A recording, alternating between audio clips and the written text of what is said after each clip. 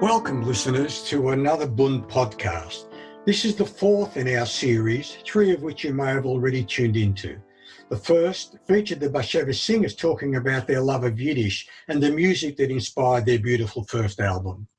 Michael Gawenda, former editor of The Age and Benjamin Price, a state politics reporter at The Age, spoke about how the media is covering the current situation in our second podcast.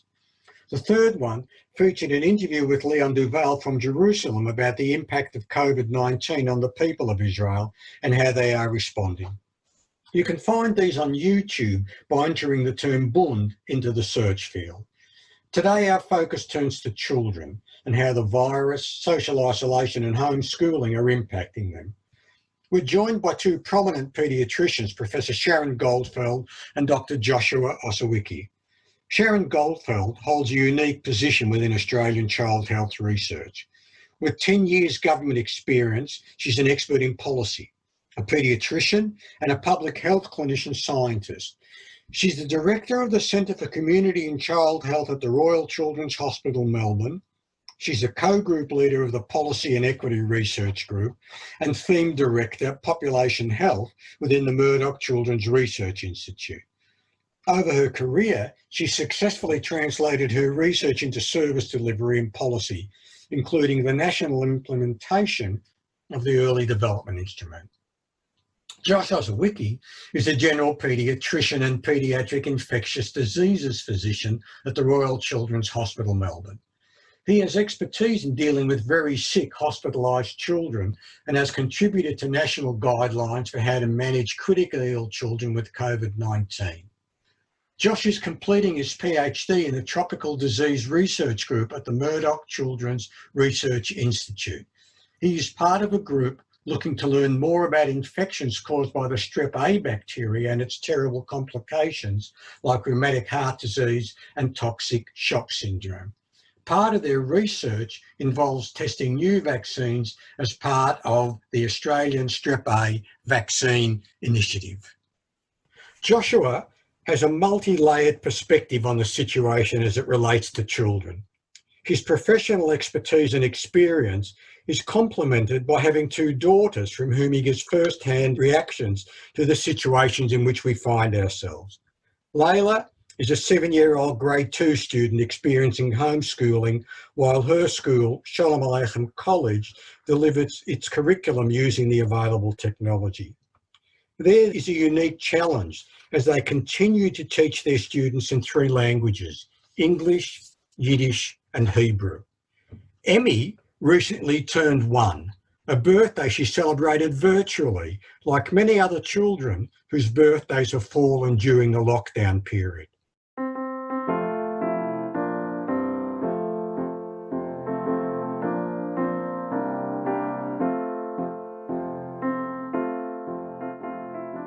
Sharon and Josh, thanks for joining us today. I can't imagine what it must be like. It would be crazy busy, and I really appreciate you taking the time to be with me and our listeners today. It's a pleasure.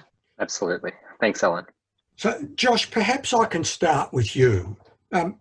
What do we know about COVID-19 and the way it affects kids? Why are they seen as less prone to it and less likely to be carriers than we first thought?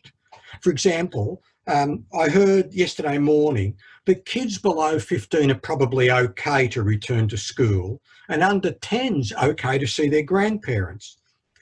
I know it's disputed, but how accurate is that? And why is that the case? I understand some of it's still unclear, but that's okay. Sure. Thanks, Alan. I think the first thing to say is that the impact of COVID-19, so the pandemic, the disease, is largely going to be felt in ways that have little directly to do with the virus, in the sense that the virus seems less likely to infect and certainly less likely to affect in terms of causing severe disease requiring hospitalisation or even disease that makes children particularly sick, children compared to adults. And we don't have good answers for that, and very very bright minds looking at that and haven't sorted that out yet. Although there are a few different theories, none of which have been completely borne out. But I think that's in terms of thinking about what this severe acute respiratory syndrome coronavirus 2 is doing, the virus itself. But a pandemic is more than a virus, and it's more than a viral infection. It's a global state, and that's what we're dealing with. And so, rather than looking to a medical textbook to tell you about a pandemic, you might as well read Albert Camus' *The Plague* as a bit of a textbook for thinking about a pandemic. And certainly, when you think about that impact, that's an impact that's being thought of and discussed by people who have expertise that's far broader than infectious diseases and virology. And Sharon's certainly someone who's leading that kind of work in Melbourne. In terms of the actual virus and some of the virus questions that you asked, I think where we're at is that it does look like children are less commonly infected. I think some of the earlier studies suggested that in some locations it looked like children were equally commonly infected, but didn't have symptoms as often. And so there was this kind of really high concern that you had this floating reservoir of infectious children who didn't have symptoms and were potentially kind of the vectors for a continuing pandemic, and that we really needed to, the first thing we might need to do is shut down schools and to protect everyone from these children. And I think that really doesn't look like the case. And I'm not suggesting that it's impossible for a child to be infected, and for a child to be infected asymptomatically, and even for that child to pass on that infection to an adult.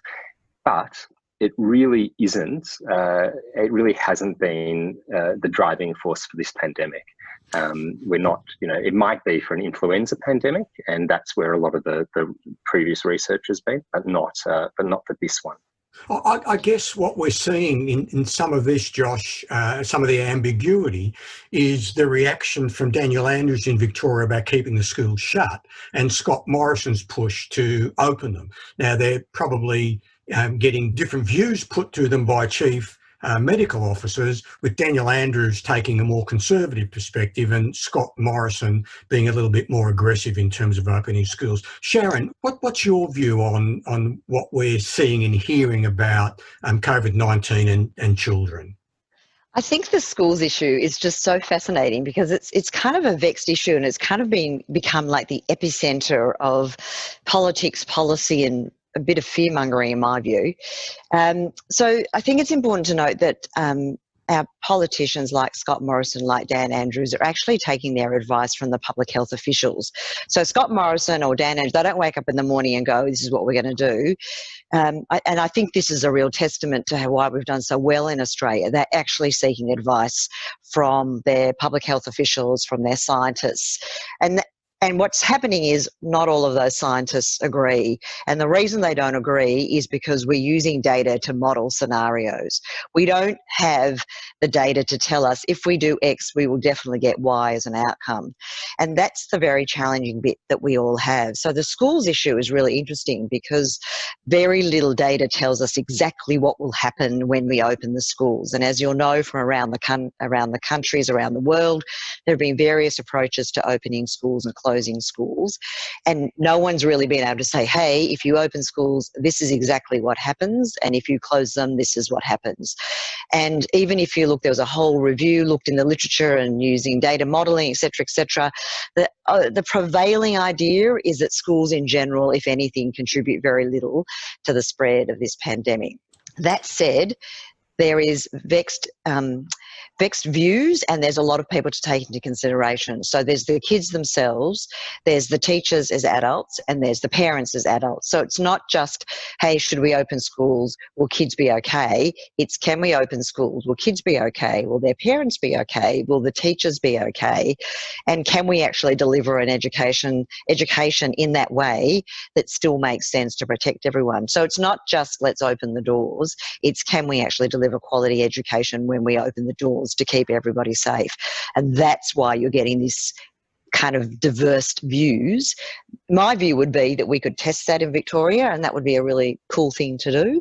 So you could kind of put the matter to rest. But that's why you're seeing all these diversity of views, why you're seeing the under 10 and all these kind of comments coming out. It's because we actually don't have the answers.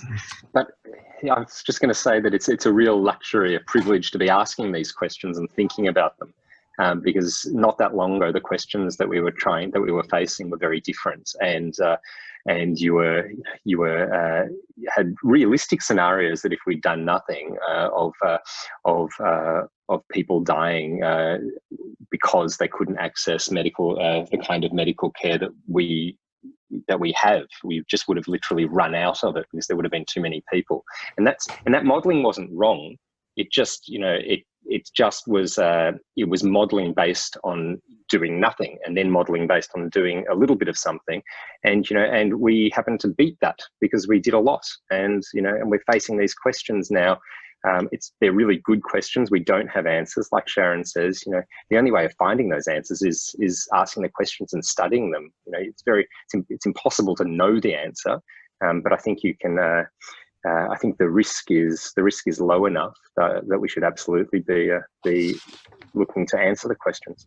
And the way that we're going to get those answers is by starting.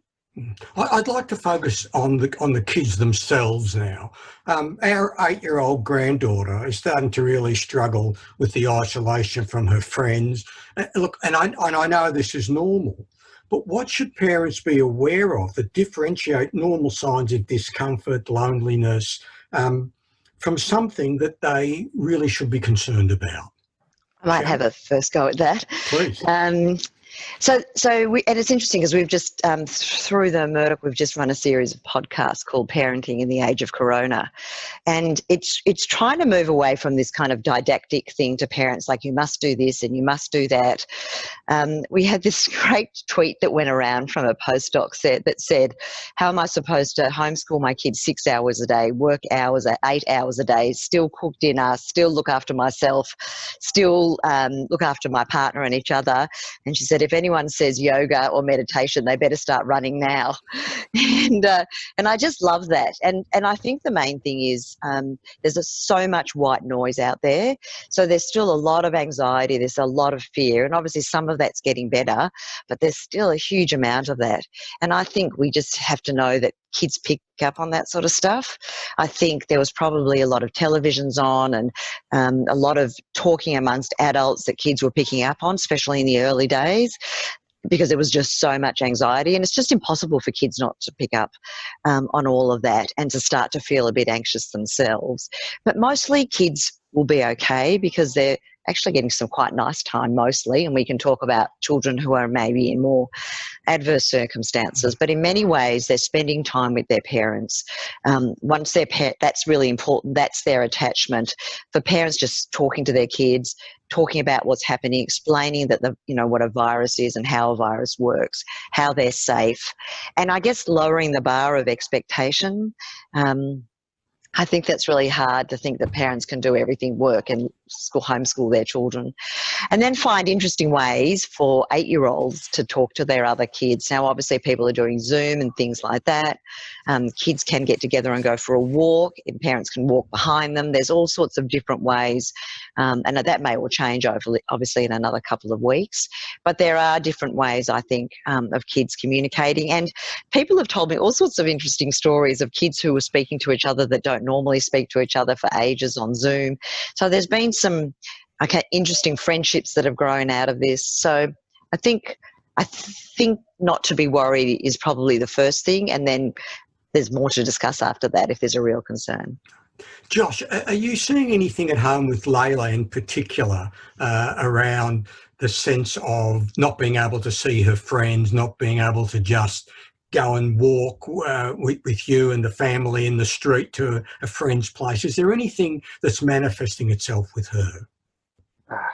Yeah, I think she's frustrated, and she's old enough to say it out loud and to think about it. And I think her frustration really reflects ours, as Sharon suggested. humans are social animals, and we're being asked to, at the moment, to exist in a really different kind of state, and we're relating with other people in different ways, and it's hard. It's hard not to. We were laughing the other day that at the end of this, we might end up running up to strangers and cuddling them, because there's something very unusual about not having that touch as part of your life, and not interacting with people in normal ways. And she says that out loud, and she knows that that's happening. And I think the more difficult thing, if you like, is our younger daughter, Emmy, and in that she knows that something's up. She absolutely enjoys having us around, but she can't say it out loud. She can't say how she's feeling out loud. But she absolutely knows that something's up. Layla will be frustrated, but will can think through it and understands that this is about caring for our community. Emmy hasn't got that concept yet, obviously. Sharon, you mentioned before about kids forming friendships that they may not have had otherwise, kids being able to go for a walk together with parents walking behind them. Do you have any other suggestions about how kids can stay connected to each other? Because I don't know about Layla or about other kids, but our granddaughter is getting totally zoomed out. I'm not sure that she just wants another Zoom. I think we're all getting totally zoomed out, actually, but this little 8-year-old is feeling that as well. So what are the other ways in which we can encourage kind of connections between kids and their grandparents, between kids and their extended families? Yeah, I think the children and families who have sort of been hunkered away in their homes, there are kind of interesting things you can do that aren't necessarily Zoom. There's been some pretty old school stuff happening, writing letters to family members. It's kind of really interesting. We've seen sort of these changes in our environment that have sort of rocketed us about 10 years ahead of where we might want to be if we actually put climate change interventions in place, so we've kind of got a cleaner world, and then we've kind of also got this kind of retro stuff going on where kids are starting to write letters, window visits and things like that, where you go visit grandparents, etc., through windows. Going for walks and letter dropping into neighbours has been another kind of cool thing that kids have done, and kids can see each other. So there is still the opportunity, as I said, to go for walks, etc. Even though they're not allowed on the playground, they can actually see each other. So I think some of those retro things have been really interesting. There's been things like making things for people and dropping them off, so baking, cooking, dropping them off to various people. So there's this kind of sense of collective neighbourhood impact or collective family impact. So I think there's some very interesting things going on, and that would be across groups. I do want to say, though, that we do need to be mindful that for some families it isn't all sunshine and rainbows and sitting around and writing letters. I think that's really important. So for a lot of families, there'll be some really lovely resilience factors that come out of this, and some really lovely bonuses, not the least of which is the role of men in family life, and some absolute benefits for that, and the idea that perhaps we can all work more creatively from home and for a much more flexible work-life kind of, I don't know, like the word balance, because I don't think any of us have balance, but at least more work-life flexibility. But I think for some families, this has been a very testing time. We've seen domestic violence rates, notifications go up. There's no doubt we're going to see child protection notifications go up. Just knowing, by the way, child protection workers are not going into people's homes at the moment. Lots happening behind closed doors. Not everybody has gorgeous children like Josh's children. We have a lot of families with children with major disabilities and behaviour problems. They're not getting respite care. They're not going to school. They're not getting their normal interventions.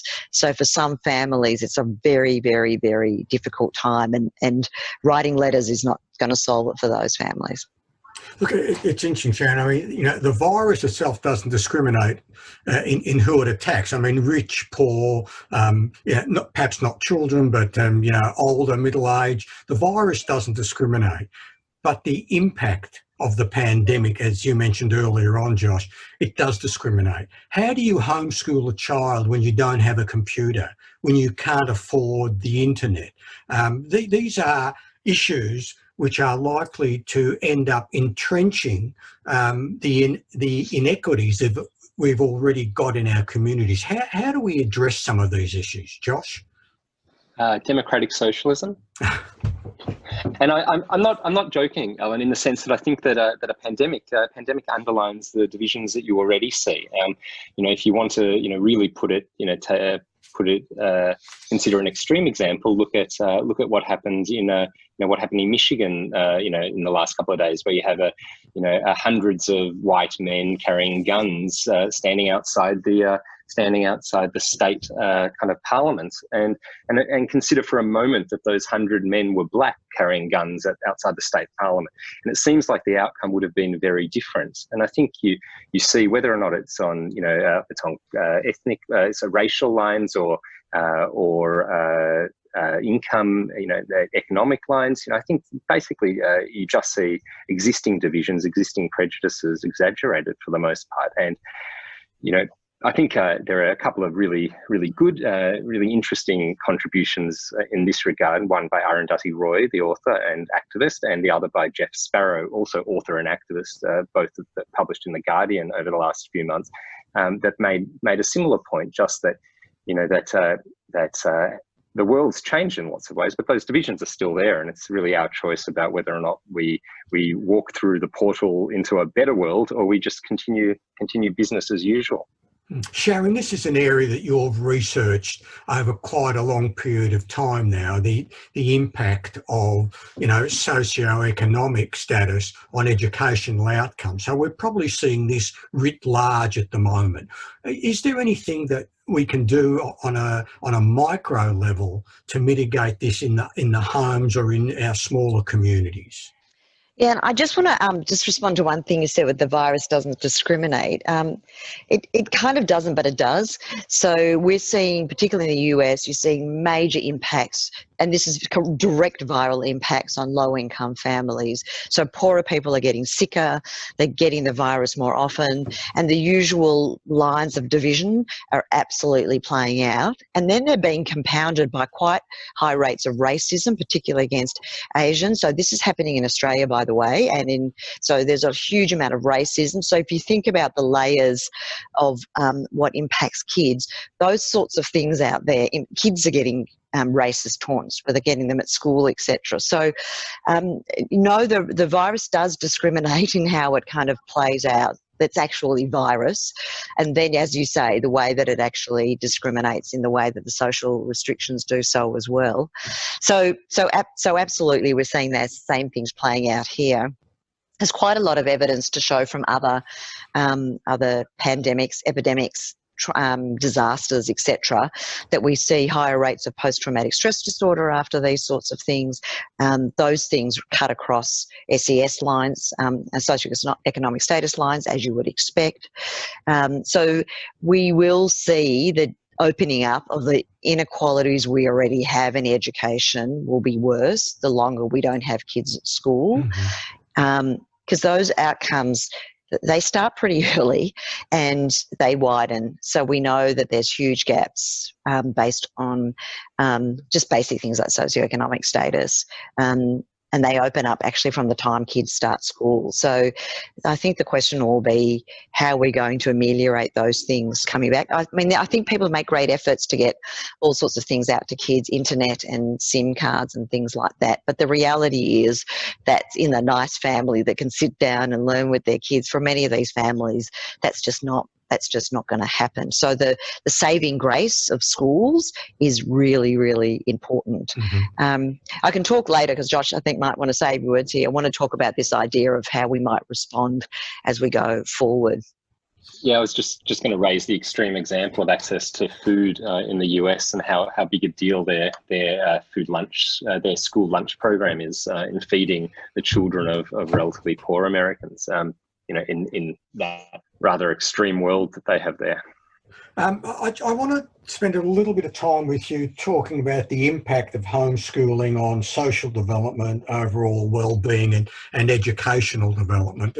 A recent study apparently undertaken at Victoria University suggested that 2 terms of homeschooling will lead to a 6-week loss of what they call learning development. I just wonder how you come up with these kind of conclusions and how accurate that might be. Sharon, that's again something that you might have looked at over the years. Yeah, I haven't looked at that study in detail, but the Grattan Institute's done a lot of work in this area, and I would particularly look at some of their work where they've sort of estimated the difference essentially from grade 3 NAPLAN right through to year 11 NAPLAN, so that essentially low SES kids from grade 3 to year 11 then are going from about grade 3, they end up at about I think it's actually you're looking to year 9 and they're about year 7, and then top income families are about year 11. So there's just this massive difference on SES. So compound that with not going and you're going to see a difference. Now, I don't know where they got their 6 weeks from and what that sort of matters, but it doesn't really take a statistician to work out that if you're not going to school for a whole number of weeks, you're going to miss out. And for a number of these kids, it isn't. I think what's really important is we weren't all doing fantastically. Then COVID came along and suddenly there are these inequalities that are going to emerge. We've had substantial inequalities for years and years. So despite education probably being the most powerful public health platform we have, we've been spectacularly unsuccessful in closing that equity gap. And this is just going to compound it, but let's not kid ourselves. There was plenty of inequity before then.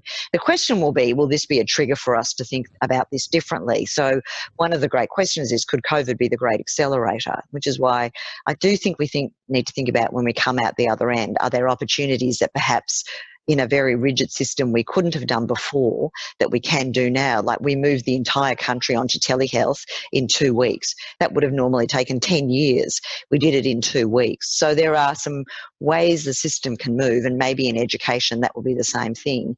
Can we think very cleverly and carefully about how we deliver more equitable education to kids? I mean, for me, it's a kind of hope. It's not a guarantee. But absolutely, kids missing out on school is just not a great thing.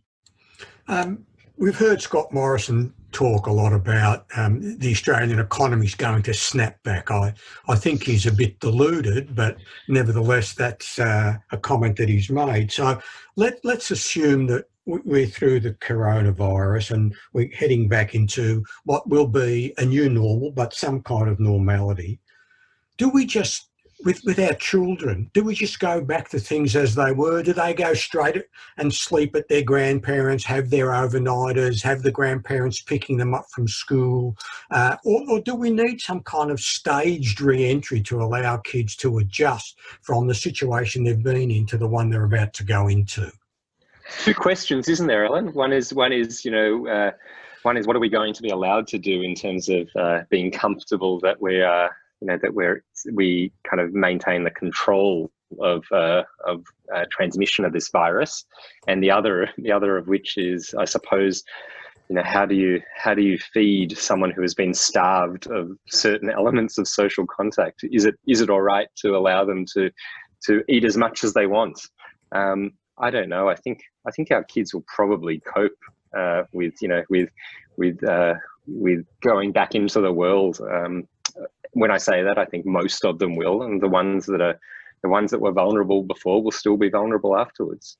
But I think most kids will love when they can see their friends and see their grandparents and get back to life as it's somewhat like normal. I hope the economy doesn't snap back to normal, because I don't think normal was that great. But I hope life moves back towards a new, better normal. That'd be nice. I mean, there's been some fascinating, wonderful things that have come out of this that, I've been sort of talking about the fact that there are a number of genies out of the bottle, and I wonder if we can stop some of those genies going back into the bottle. So we have doubled the New Start. We've created a living wage. We've created free childcare. If I wanted to create a better world for kids, that's exactly what I would be doing, is create better economic circumstances, because that's going to make the biggest difference on kids. So it'll be really interesting to see which of those genies we can keep out of the bottle if we're going to make a difference for kids. One of the things I've been reflecting on is, you know, as we go into this recovery stage, what are the sorts of stimuli that are going to be necessary for the world to kickstart? And I've been reading up some stuff on what we did post the GFC and the sorts of investments that were made for stimuli, which was around obviously getting the banking stuff, a lot of construction. And there's a group called the Women's Budget Group, which did this very lovely sort of modelling, looking at how many jobs would be created if you put money into the social infrastructure as opposed to the physical infrastructure, and what would that mean, and what would it mean for women in particular. And when you talk about women, you're generally talking about children. And what was really interesting when they modelled this, and they modelled it in Australia as well, you can actually just Google this and look it up, there was actually more jobs for women. And it's just this interesting thing of what's going to happen as we stimulate, sounds terrible, the economy going forward, and what are the investments going to be, and is there going to be an appetite for investing in the social infrastructure, or are we going to kind of go back to that way of investing in the physical infrastructure, construction, building, etc., very male-dominated industries, and once again we're going to have these huge gender inequities again, and again that plays out badly for children. So it'll be interesting to see if that sort of thinking is going to be brought to bear as we go forward. Josh, well, I mean, so hopefully, people with more imaginative solutions than austerity and tax cut and corporate tax cuts, have a say, because I think you already hear noises in that direction in multiple countries. I like to think, and I think I completely accept that this is a somewhat idealistic goal, but I like to think that that you could launch, if you like, the Green New Deal kind of idea off the back of something like this, that that you might actually. And I think the other side of the idea of a Green New Deal is exactly what Sharon's been discussing, while refocusing your economy in terms of its environmental impact, you refocus your economy in terms of its social impact, and that you invest in social infrastructure in the same way as you invest in infrastructure that doesn't harm your environment.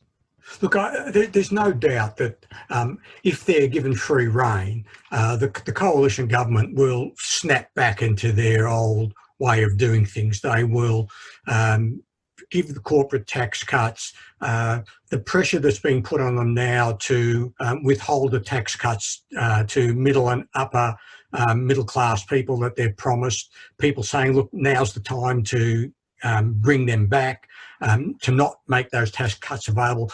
They're not interested in doing that. So they will continue with the world as it was, regardless of the new normal that we go into. The challenge will be whether people who have experienced a different world will be telling the coalition and other politicians as well, Labor, Greens and others, that snapping back to the world as it was is just not good enough. I think it'll either be led by a society that's seen a better world that we can move into, because it won't be led by our politicians.